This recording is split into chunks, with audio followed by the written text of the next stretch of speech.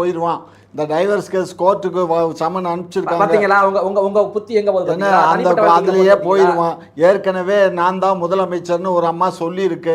ஏற்கனவே இந்த கொடிங்கிற படத்துல அவனை என்ன பண்ண ஒருத்தனை டவக்குன்னு கத்தி எடுத்து குத்தி அவனை கொண்டு விட்டு கடைசியில அதுவே அந்த பொறுப்புக்கு வரும். புரியுதா?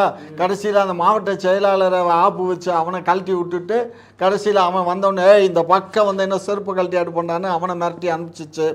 ஆகையினால நீ கடைசியில் இது அப்படிப்பட்ட அது திரைப்படத்தில் அதனுடைய ஸ்டைலு அதுதான் நடக்கும். அதை தான் காட்டியிருக்கு.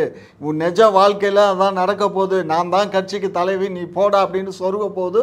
பார்த்துக்கோ.